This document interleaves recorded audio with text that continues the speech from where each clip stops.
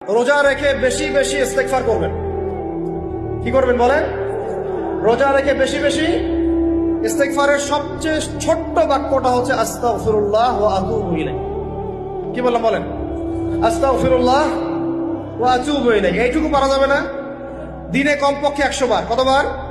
দিনে কমপক্ষে 70 বার বা 100।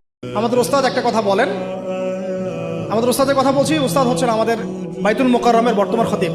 তিনি একটা কথা বলেন যে মানুষ, এটা আমাকে বলেছেন পার্সোনালি, অন্যদেরকে বলেছেন কিনা আমি জানি না, মানুষ যে বিষয়টাকে গুরুত্ব দেয় তার জন্য মানুষ সময় ঠিকই বের করে নেয়।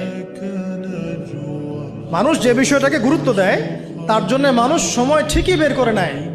ফোন চালাতে তো আমাকে বলা হচ্ছে না, আমি টাইম বের করে নিচ্ছি। কোনো কোনো ক্ষেত্রে গার্লফ্রেন্ডকে সময় দিতে আমাকে বলা হচ্ছে না, আমি টাইম বের করে নিচ্ছি। আমি ইউটিউবিং করতে টাইম বের করে নিচ্ছি। আমি ব্যবসার জন্য টাইম বের করছি, রাজনীতি করার জন্য টাইম বের করছি।